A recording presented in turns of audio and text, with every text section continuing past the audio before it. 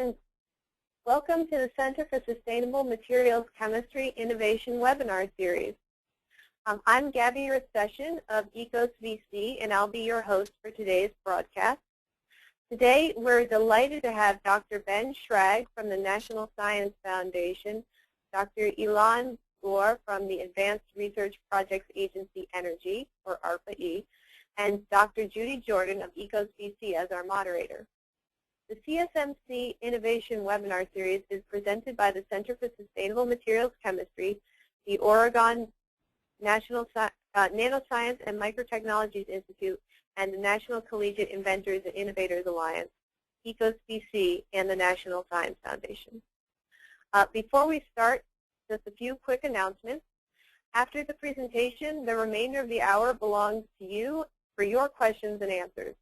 So if you have anything that you want to ask Dr. Schrag or Dr. Gore, please send in your questions using the questions panel on your GoToWebinar interface on the right hand of your screen. Finally, the recording of today's event as well as the slide presentation will be available on our website at www.venturewell.org within 1 week, and we'll have the link for you up at the end of this presentation. All right, and now it's time to welcome our moderator, Dr. Judy Jordan. Judy, take it away. Thanks so much, Gabby, and thank you all so very much for joining us.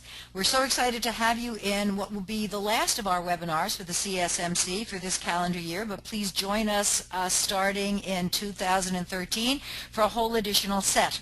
I'm Judy Jordan, as Gabby mentioned, ECOS VC and advisor to the National Collegiate Inventors and Innovators Alliance, and I'm delighted to be your moderator today. We have an amazing set of panelists. Dr. Ben Schrag, Program Director for the Small Business Research Administration Program at NSF, and Dr. Ilan Gore, Program Director and Senior Advisor for Commercialization for ARPA-E. What we've tried to do with this is give you a broad-based opportunity to ask some leaders in science and leaders in scientific innovation funding for their insights on how we can actually move forward. Before what I do is allow you to ask them your questions, let me tee this up a little bit, and then I'll introduce them, ask them a question or two, and we can go from there. So, you know, there's been a lot of talk lately about innovation, worrying about innovation, concerned about how are we ahead, behind, or whatever. But in the end, you have to know what you're talking about before you actually start. Just like kind of when you buy something and it says it's on sale or it's not on sale or it's organic or not organic. Having a definition of that helps out. For our particular purposes today, here's what we're going to use. Innovations could just be really brilliant ideas that we turn to research.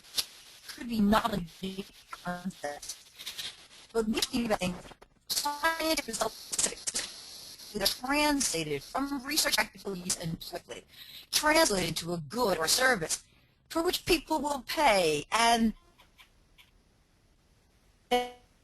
will result in something wonderful from this process. And the need for innovation is so very, very obvious and important today more than ever. And it's not that it always hasn't been important. It really has been. Many will argue that the United States was founded on innovations and innovative people.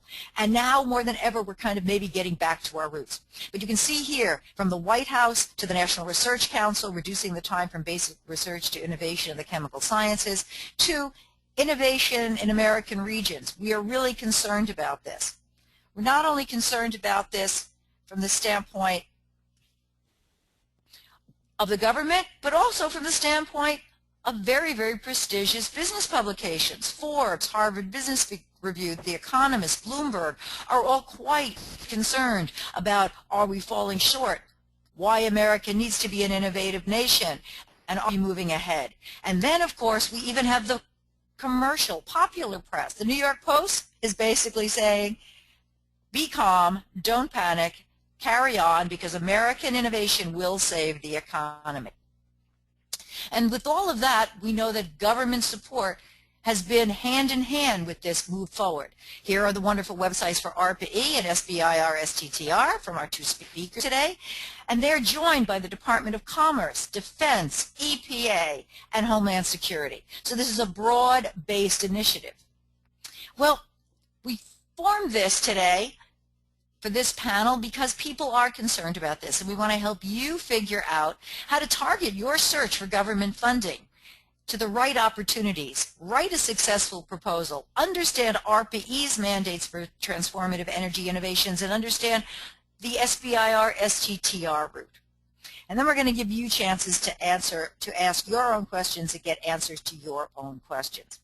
So, before we get started, please allow me to introduce our speakers. First, let me introduce Dr. Ben Schrag. Ben is currently the Cluster Leader for Nanotechnology Advanced Materials and Manufacturing in the Small Business Innovation Research Program at NSF. He joined NSF as a program officer in 2009, and he himself understands what it is to be in a startup, having worked as a Director of Research and Development at Micromagnetics, where he led the development effort to commercialize a new family of high-performance magnetic microsensor products. He served as a visiting scientist at Brown University, been a PI in a number of grants, and he received his PhD in physics from Brown in 2003. Dr. Ilan Gore is Program Director and Senior Advisor for Commercialization for ARPA-E. His technical focus areas include electrical and thermal energy storage, advanced battery management, solar energy, and new materials for energy conversion and storage. Dr. Gore has also been the Senior Advisor helping ARPA-E's technology to market effort, a very strong effort where both are really intimately involved, because that's what SBIR is, of course, about. Dr. Gore has spent his career as well developing and commercializing clean energy technologies, and certainly understands the startup world, having served as co-founder and director of CO Inc., a venture-backed lithium battery startup, and having developed a new class of low-cost photovoltaics based on printed semiconductors. Our format is really simple. We're going to ask you a couple of questions, poll questions, so we understand who you are and what you're interested in. And I'm going to ask Gabby to take that away in a minute. We're going to ask our panelists two broad questions and ask them to briefly answer to kind of tee this up, and then I'm going to open the whole thing up to you. About 5 minutes before the end, I'm going to ask our panelists to kind of summarize. So, with that in mind, here are the poll questions, and I'm going to hand it to Gabby, asking you about your career, and asking you about the government granting system for innovation, and have you applied and are you successful? Gabby, please take it away. Hi, everyone. Okay, we have just a few quick polls, so what I'm going to do is launch them. If you could kindly just click on the correct, the answer that applies to you, and then I'll put up our results in a moment. The first is, where are you in your career? And so if you just want to take a moment, we'll do this for about 10 seconds. If you could just click on your graduate student or postdoc, a faculty member, an industry researcher, government lab, or something other that we haven't captured here. Okay, great. Let me close that. And we can share our results here. It looks like most of us are graduate students or postdocs, 46%, 18% are faculty members, 7% industry researchers, and others, 29%. Great.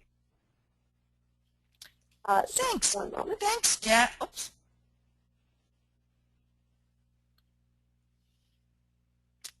Okay, great. And we have one other poll is whether you have attempted to get a government grant for innovation and whether you were successful previously. And so if you could just tell us if you haven't applied yet, but perhaps you plan to do so soon, or yes, you applied and were not successful, or yes, you applied and you were successful. All right, give this a couple more seconds. Looks like most everyone has voted. All right, close that up and share our results here. 70% of you haven't applied yet, but you plan to do so within the next year, so that's wonderful. I think they'll find that this webinar is really useful. And we have 26% who applied and were not successful yet, and 4% who applied and were successful. So let me give this back to you, Judy, and we can go forward. That's great. Thanks so much. Wow, so we have a whole bunch of people out there who actually are in this process, have applied, been successful, and want some more tips, and some newbies to the process. And we have a lot of graduate students and postdocs, and I'm just delighted to have you here because this is the beginning of your career, and I can't lie, as I get older, it's nice to know that we have a future generation of scientists and engineers who are going to be able to take this all over. So I'm going to start by asking Ben a question. So, you know, Ben, You hear different things about the Small Business Administration. You know, or maybe some of us don't know, that almost every federal agency, if not every federal agency, has some version of an SBIR program. But it's kind of confusing out there. So could you kind of give us an overview of how the SBIR program is similar or different across the different agencies, and what do we use as a guideline to help us determine which agency to submit a proposal?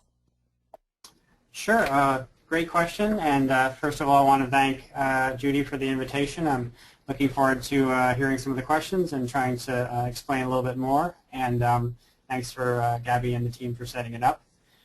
This is one of the really common questions that we get. There are 11 federal agencies that have SBIR programs. Congress mandates it, so they don't have any choice.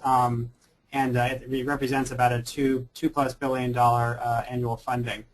And so I think the similarities of the programs are mostly along kind of the logistics and format of the programs. Most of the agencies have this 2 to 3 phase SBIR grant or contract process. The amounts of money and the amounts of time that you get to do the different awards are vary a little bit, but they're kind of on the same ballpark. I think other than that, the only other real big similarity is that most of the agencies do kind of do the process of soliciting proposals through a public document, and then they usually have a review process that is either internal or external based on a document that you submit, which actually in the scheme of investors is not that common a way to make investment decisions, but the government does rely on these proposal documents pretty much universally. I think there's a number of really key differences across agencies, and I think most importantly is really the understanding what the end goal and philosophy of the agency in making funding decisions. And I think the agencies are all have a lot of leeway on how to make these decisions. So you see some agencies that are looking at really having a specific technology or scientific focus where they're trying to spur innovation in a given market or technology area. You have some that are actually looking at having procurement needs that are internal to the agency and having the SBIR process used as a way to potentially develop vendors where the grantees are going to sell to the government. And then you also have kind of a mix of the two, and then you have something a third way, which is more like what we do at the National Science Foundation, where we think a little bit more like a private sector investor, where our goal is for our grantees to develop scalable, commercially sustainable businesses. And those are, every agency I can think is a mix of the three of those. And as far as how to determine how those philosophies work, I think you really need to take kind of a multifaceted approach. Most importantly, there are public solicitation documents that you need to be familiar with. Almost every agency has points of contact and program directors who are willing and eager to explain to you. If you get to them early enough in the process, they're willing to answer questions.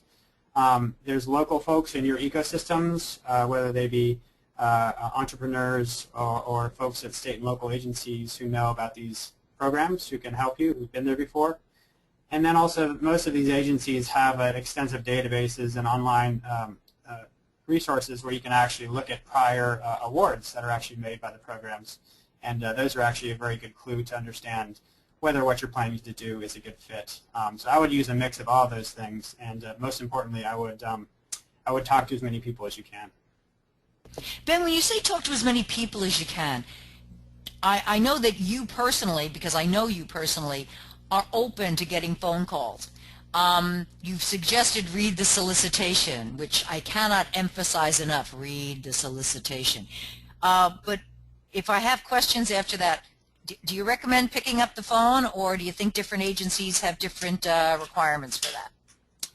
I'm pretty sure that some agencies do have some restrictions, but I'm pretty sure at any agency there is somebody whose job it is to and is willing to talk to you. And sometimes there are periods, especially right before the deadline for a proposal, where some agencies are not, they have a blackout period where you're not allowed to. But I think at almost every agency there's folks who you can pick up the phone and call, or maybe send an email to set up a phone call time. Great. That's really, really helpful. That's really, really helpful. People don't always know that they can do that with our federal government. It's like, wait a minute, I'll be annoying the officers. So that helped a great deal. I'm going to ask you, Alon, now, from the ARPA-E perspective. ARPA-E is an amazing construct. There are those of us who are rather old, and we kind of remember the DARPA days, and there are those who will say that at DOE, oh, no. ARPA has nothing to do, we didn't borrow the idea. But however it came out, it's really an absolutely fantastic idea. Can you help us from ARPA-E's perspective, kind of what is ARPA-E, and what are you looking for? Four characteristics. Like the audience is probably going, where did she get 4 from? That's because I have been told there are these important top 4 characteristics, and we want to make sure we give you a chance to tell us about them for a successful ARPA-E proposal. Great. Thanks so much for the question, Judy, and thanks again for having me here. So I think this one's a pretty easy one from ARPA-E standpoint. We're a mission-driven agency, and that means we have a very clear directive from Congress that we take pretty seriously. We take very seriously within the agency, and the directive for the agency is to catalyze and support technology development, but specifically not the incremental technology development, but thinking over the horizon, thinking about next-generation technologies. And aimed at 3 very specific goals in terms of improving the energy landscape in the United States. One is reducing our dependence on foreign energy sources. 2 is improving energy efficiency in the U.S. And 3 is reducing emissions related to energy use. And so keeping that sort of mission in mind, we look for a number of things in terms of what we want to fund. So ARPA-E funds projects across the country. We fund, we like to say that we fund the best teams and ideas regardless of where they happen to be. And so we fund projects that sit primarily at academic institutions, at national labs, at small companies, at large companies, traditional small businesses. And we basically have a few very hard filters that we use to think about what we should fund based on the mission. And so I'm actually going to give you 3 because I think, for this audience, just keeping 3 in mind, so sorry for not following directions, but keeping 3 in mind I think should be pretty easy. And these are by far the most important 3. And these are probably in order of priority. At least the first one is the most important, which is the first thing we do is we think about if the technology idea you're proposing is successful to the fullest extent that you can imagine, right? So you hit all of your targets, you blow it out of the park. Will it make an impact, and how significant will that impact be on our mission areas? So on the 3 goals that I talked about. So without the possibility for a big impact based on a successful technology, we're not interested in funding it. It may be a very reasonable project to undertake. It's probably just not one for ARPA-E to fund. Beyond impact, I'd say the 2 other most important things we look at are, 1, we're meant to be looking at not incremental technologies, but really new ideas. And so we're looking for novelty. We're looking for innovation. We're looking for new ideas that bring us well beyond not only what the state of the art is and what the industry or academia is working on now, but even where industry plans to go. We want to be even beyond that, or at least be looking at the problem from a different angle. And the third, which is related to everything, is basically having an all-star team. And for us, that doesn't just mean having the most capable people, but it means having capable people that are well aligned with the different aspects of the technology development path. And so generally when we're thinking about new ideas, oftentimes we're talking about people from different disciplines or different fields coming together to solve a problem in a new way. And we want to make sure that we have all of the best people in their disciplines working together. And so, those are really the 3 things that we pay the most attention to: impact, novelty, and team. That's really interesting, and it's across the country. And what you mentioned, I want to emphasize is, did I get this right?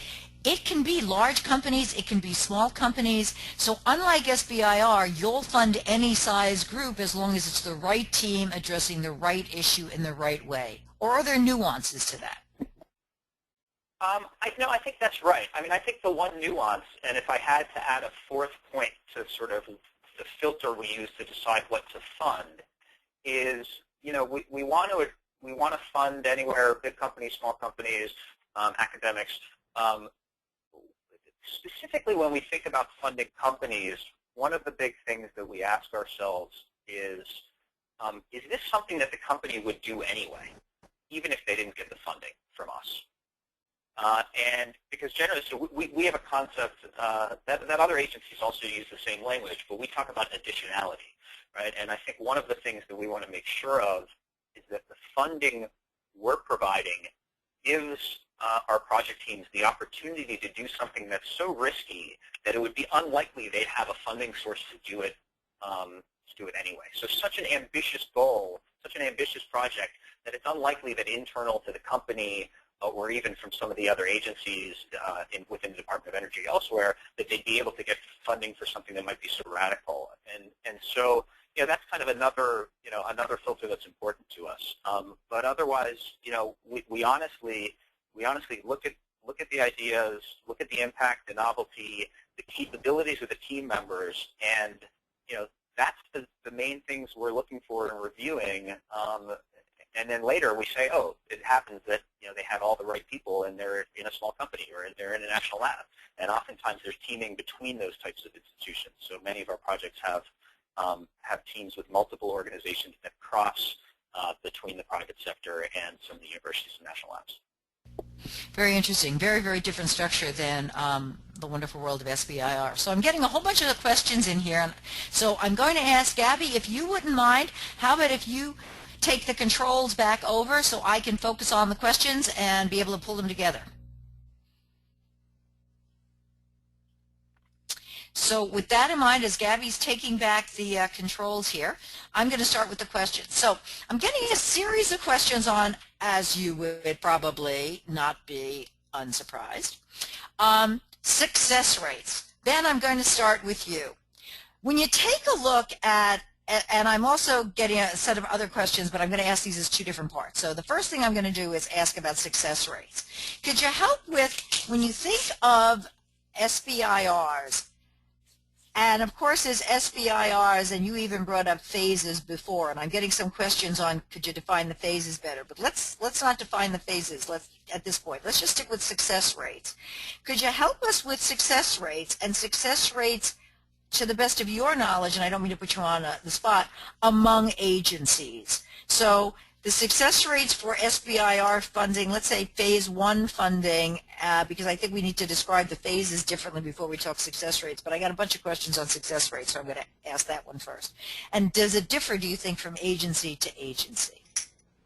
Yeah, I'm sure it differs from agency to agency. The one number I know best is the NSF rate, and the historical phase 1 success rates have ranged from about 10 to about 25%.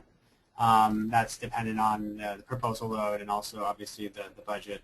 I think probably there's probably agencies below that. There's probably some agencies that are higher than that, and I think it also depends a little bit on whether the agency has kind of taken every proposal into the review process. I think some of them will give a little bit more of an initial triage or a little bit of pushback if you're not kind of in an appropriate area.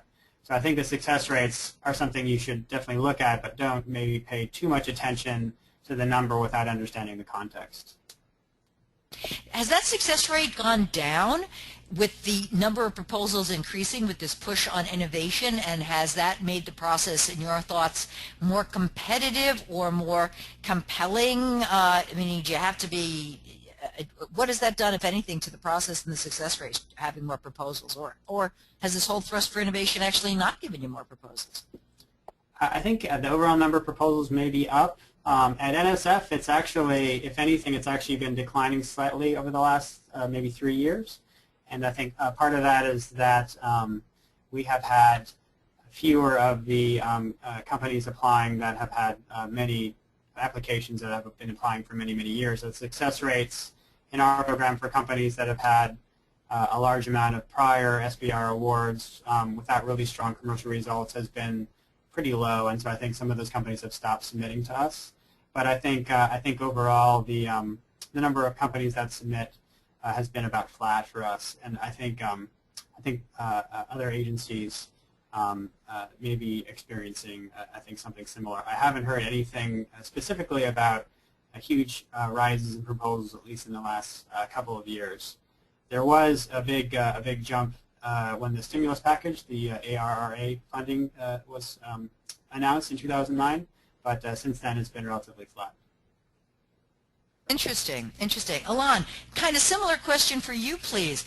What are your success rates for the ARPA-E projects? And then if you could also talk a little bit about when you have success rates, is there anything, does the success rate link to in any way whether it's a large company proposing or a small company or a university, or not seeing a lot of correlation?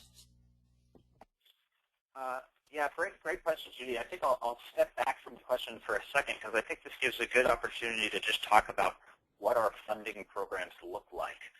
And so, you know, a little bit of historical perspective here. ARPA-E basically first had funds that we were putting out in 2009, so we're a very new agency. The first program and the first funds we had were under the Recovery Act, which Ben mentioned. We had a lot of money. We were a brand new agency. We were trying to put it out quickly. And so basically in that case, what we did was we basically put out a solicitation which said, here is our mission. You know, here is that directive that Congress has given us, right? Advance over-the-horizon energy technologies, you know, toward these goals, looking for big impact, looking for novelty, looking for great teams. And we put it out to the enormously broad energy technology community, and we said, give us your best ideas. And there were very few boundary conditions around the solicitation beyond that. And I can talk about, just in terms of success rates, I can talk about that one in some detail because we actually had some announcements about what the response was. And so in that case, we had about 3,700 very short concept papers that came in, and so this is a few pages about your idea. And what we do is, generally in our programs, we ask for a short concept paper because we don't want our technology community to have to waste their time putting together a 30, 40, 50-page proposal. If given a few-page abstract, we could tell them already, give them a good indication of whether it's appropriate for ARPA-E or not. And at the time, ARPA-E was a brand new agency, so most people didn't know what was going to be appropriate. So we had 3,700 or so, roughly, kind of concept paper abstracts that came in. We encouraged about 10% of those to put in a full proposal. And then of the ones that put in a full proposal, we actually awarded about 10% of those projects. And so in the end, we awarded about $150, I think, $1 million to 37 projects in that first solicitation. So that is, that's a pretty kind of cream of the cream of the cream of the crop in terms of our selection ratio there. But that was also a pretty unique program for ARPA-E because it was so broad and so wide open and attracted such a large number of proposals. Since then, most of the programs and solicitations that we've run are much more directed, where we have a program director, like I've done with one of our programs, or I have colleagues who are working in other areas, that thinks about an area where we need to solve a problem, or where there's an opportunity for new technology that can solve a problem.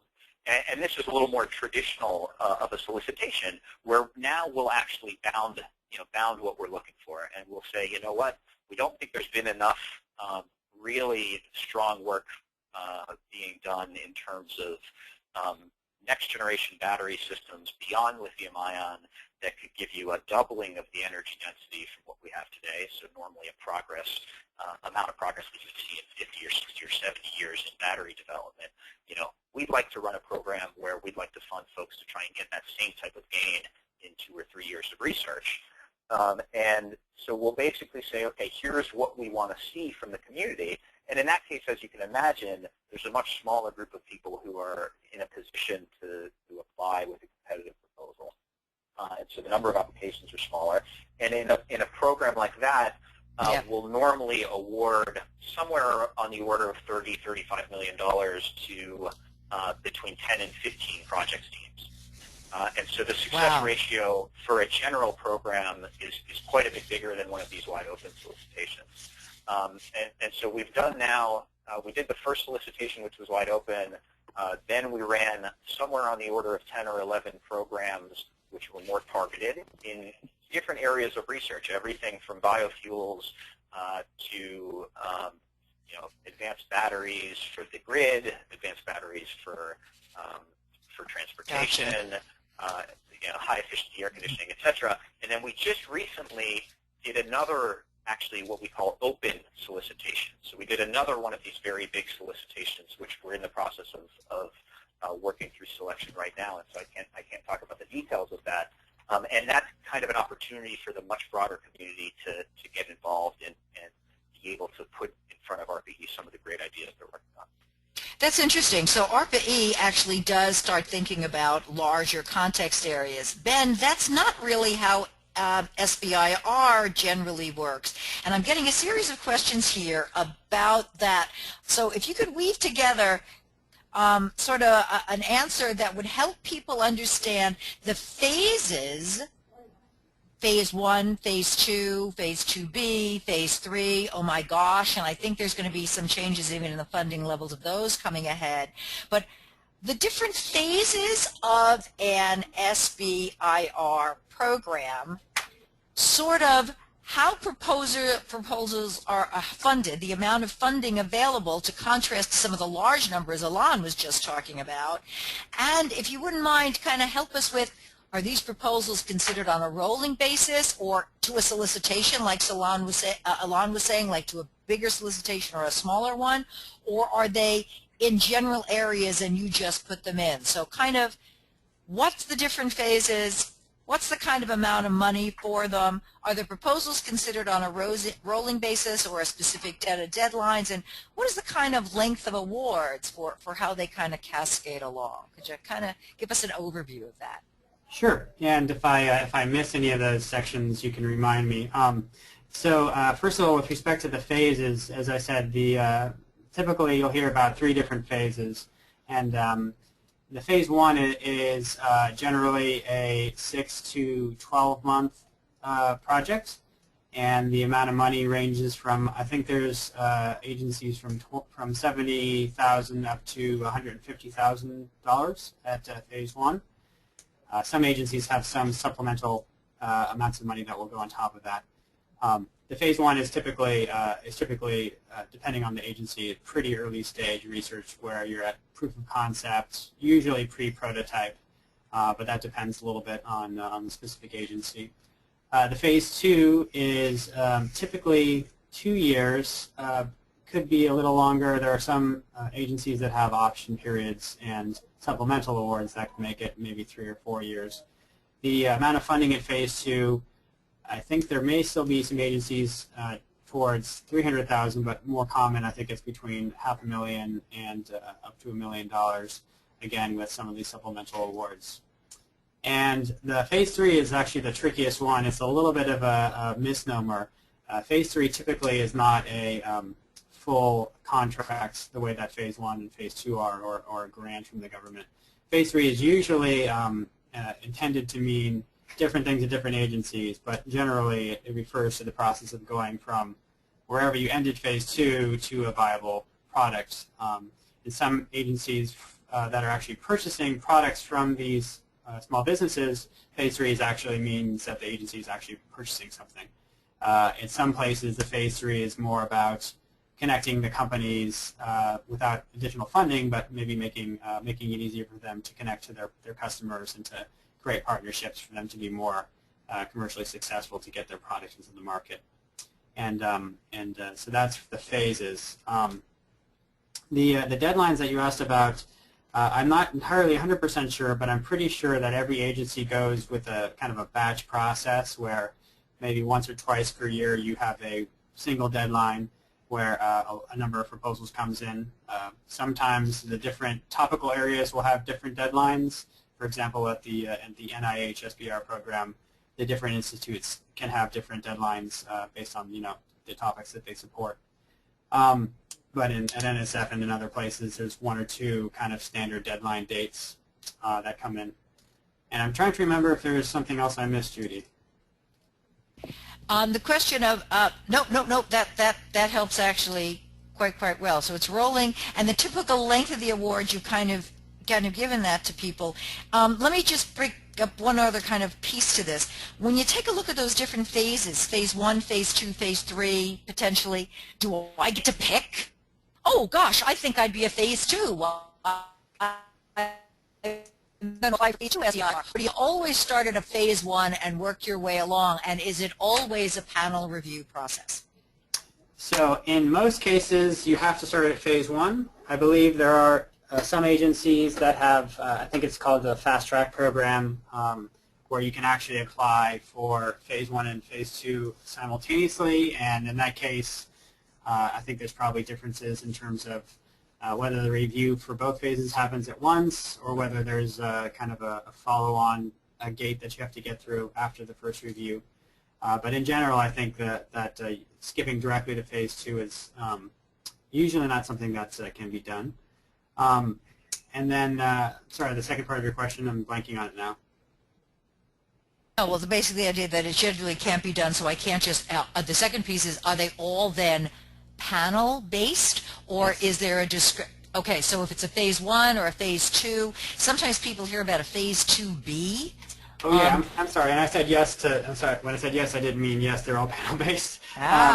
I think different agencies actually have very different decision processes, and this is actually one of the things when you asked your first question to me about which agency is right. I think understanding how the review is done is a really important piece of making that decision. So, for example, at NSF, the phase 1 and phase 2 are done by a panel of external reviewers that make a recommendation, and then a program director, such as myself or one of my colleagues, actually makes the final recommendation to the foundation. And the decision in that case doesn't necessarily have to be 100% in agreement with the external reviewers. We do have the ability to override them in some cases. At some other agencies, the panel itself really makes the decision. And at some agencies, it's even more towards the model of having a program director with a lot of autonomy, where maybe somebody who's an agency employee really makes the decision, and they may or may not get advice from a panel of external reviewers. So I think there's no one answer there. I think in most cases, I believe there is a panel of experts involved, but the amount of weight they carry is usually high, but it's not necessarily the full story. Got it. That's really great. That's really great. Alana, I'm going to come back over to you. And, my audience here, our audience today, I have been terribly remiss in doing something, and I realize that. I just sort of got into this because I've been so excited about talking to these panelists. I would like to really thank Dr. Alon Gore.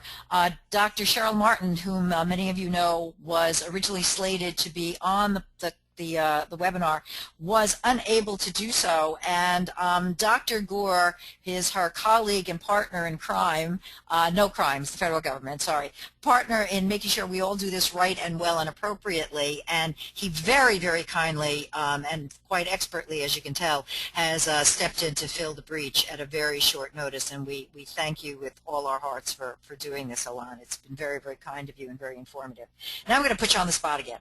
So I'm getting a whole slew of questions in here that people want me to bring to your attention about this question about over the horizon. How important, how big, how this, how that, and the big new questions. And interestingly, one of our listeners has said, over the horizon depends on how tall you are and what's in the way. And I think that's interesting. When RFPs describe that as a threshold, how do you know what they want to think is novel or different or important and whatsoever? That whole piece. And linking that also, if you would, to the best people. So the best people, how do you determine who the best people, if you're assessing proposals on that and you may not know everyone who's there? So how do you define what big is big, and how do you define how best people are best people? And if you could help us figure that out, and then if you wouldn't mind, tag on to the end, but I'll remind you, do you do a panel-based process, or of that range of proposal judging that Ben mentioned, where do you stand? So how do you figure out what's big and best, and then how do you fund? Okay, great.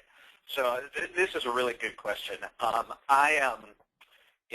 give a bit of a formal answer, and then I want to also give a bit of a tactical, practical answer that I'm hoping the audience can benefit from. So the formal answer is, every time every time we publish a solicitation, we do list what the review criteria are, and we list that in detail. And our review process really tries to look at, how well have you matched the review criteria. Now, oftentimes the review criteria will say things like, will this make a significant impact, or, is the technology novel and innovative, right? And so there's still some vagueness there.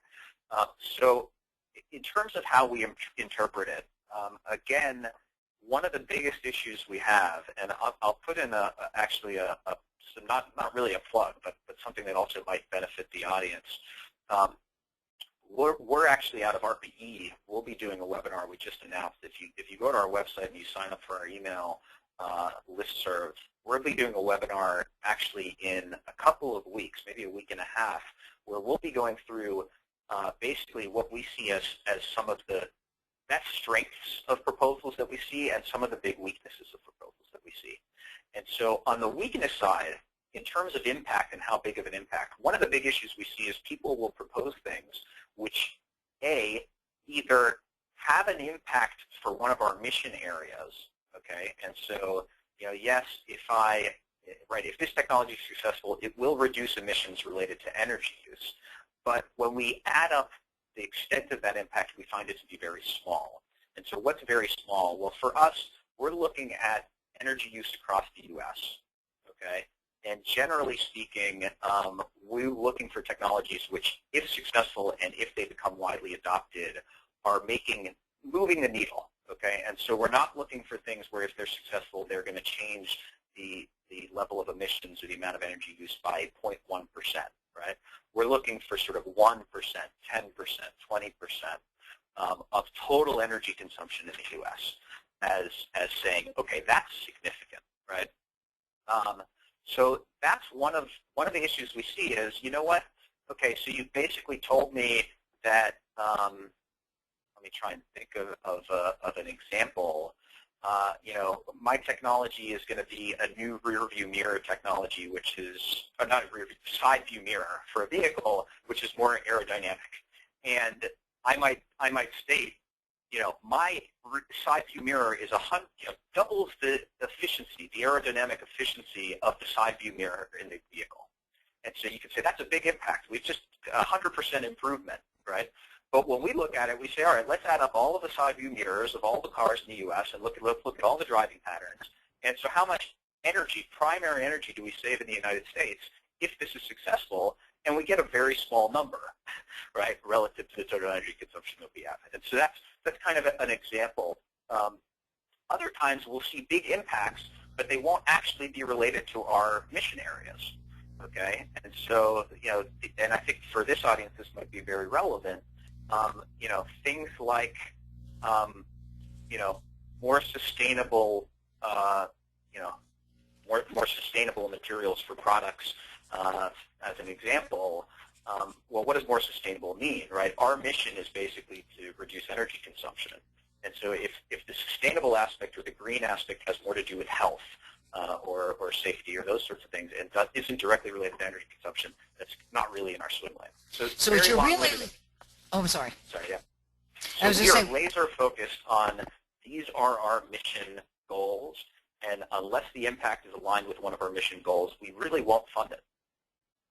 And the mission goal is really a big based one. And I'll get back to that in quickly what I like to call the lightning round here in a minute with Ben about, difference in mission. But the bottom line really is it's also got to be something that's rather large, really impacts throughout the United States, a large impact, a large difference in moving the needle or making a little dent in our part of the universe.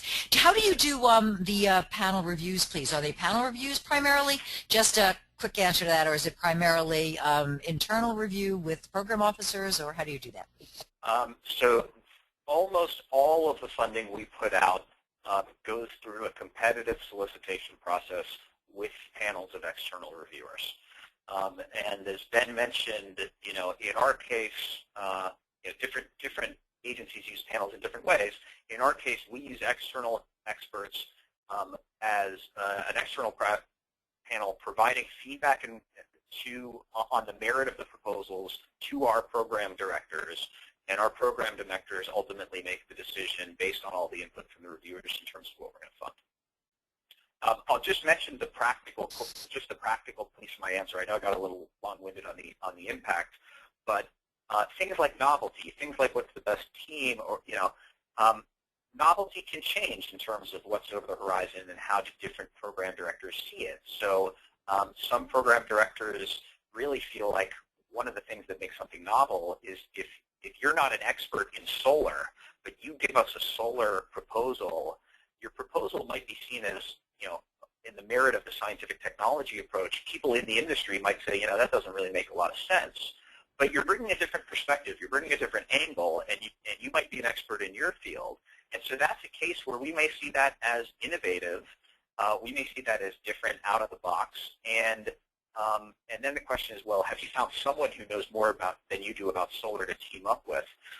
And so generally, in terms of the interpretations for all this stuff, I would highly recommend, if there's a specific program that ARPA-E has put out, and ideally, you want to learn about it before it's out on the street. So you want to be able to talk to the program directors, get in touch with program directors at ARPA-E who are in your area of interest, and you want to get a sense of what is the program director generally, what is the program director's view of the world generally, because that might give you some insights into how they're going to think about the program that put together. And as Judy says, read the solicitation, because we normally, when I wrote a solicitation for RBE, this idea of multidisciplinary teams was very important, and so I put in, we want multidisciplinary teams. Right?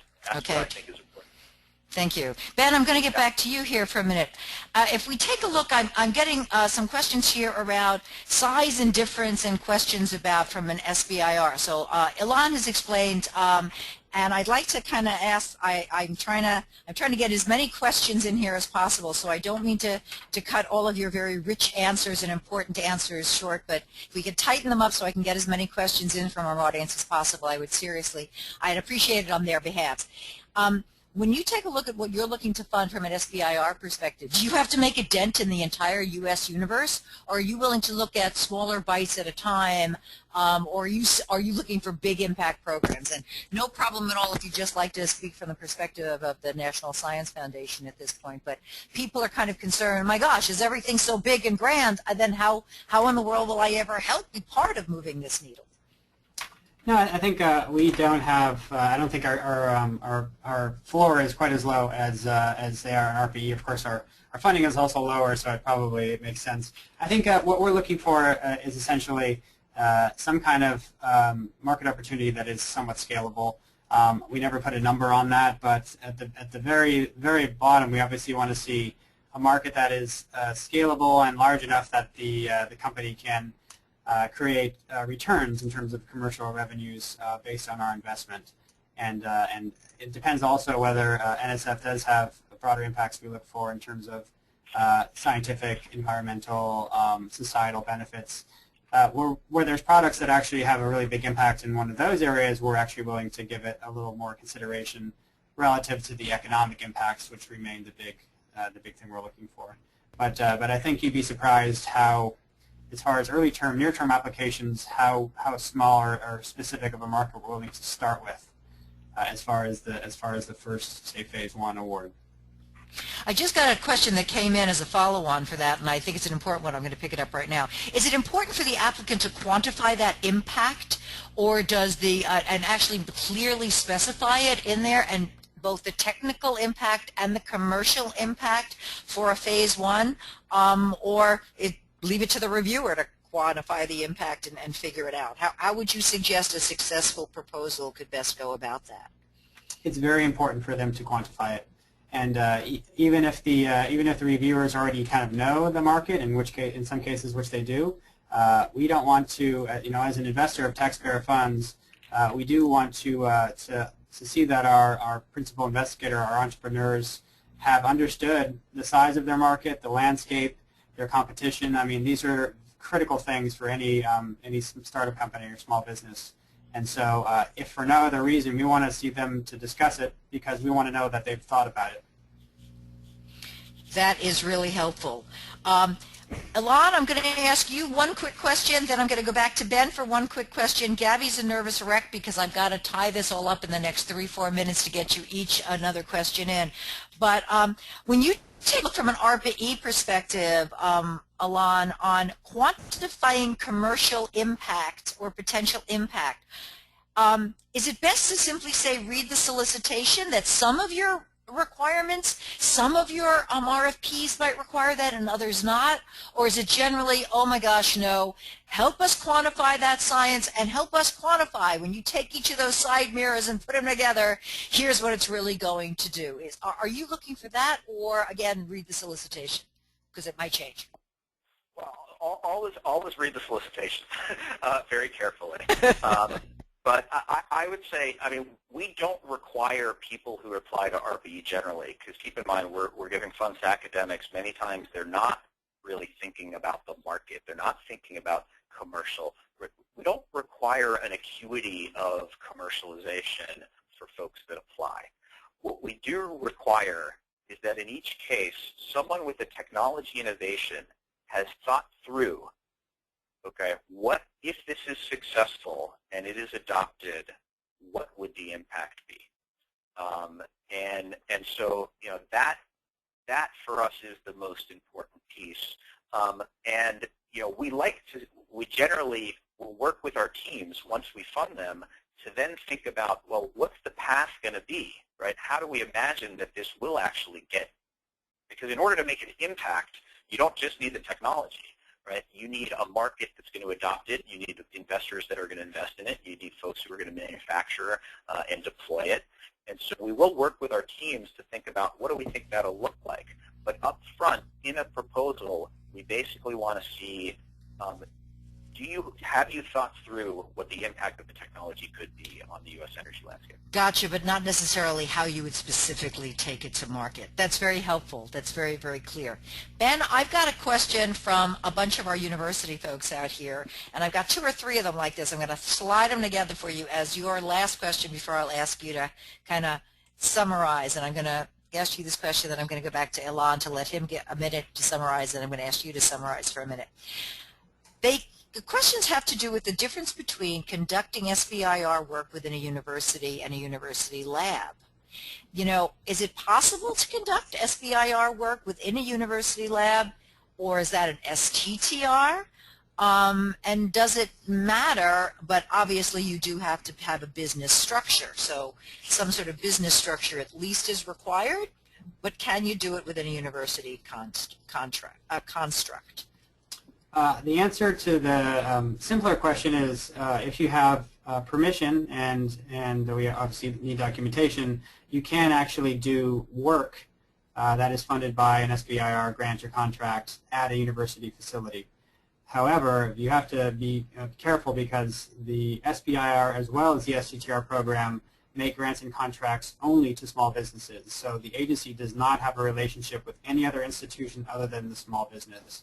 And one of the easiest ways for you to hit a red flag in our review process is to not be clear that the small business is focused, is together, is really aggressively looking to grow and become established and create a commercial product. So it's got to be something where we see a life in the small business that is separate from any university group. Thank you. That was very helpful. Elan, I'm going to ask you both, Elan and Ben, take just 1 minute, please. I'm being sensitive to time because I want Gabby to be able to clean us up. I want to take this opportunity to thank you both so sincerely for such a great, great webinar and fantastic answers on the spot. You both have been awesome.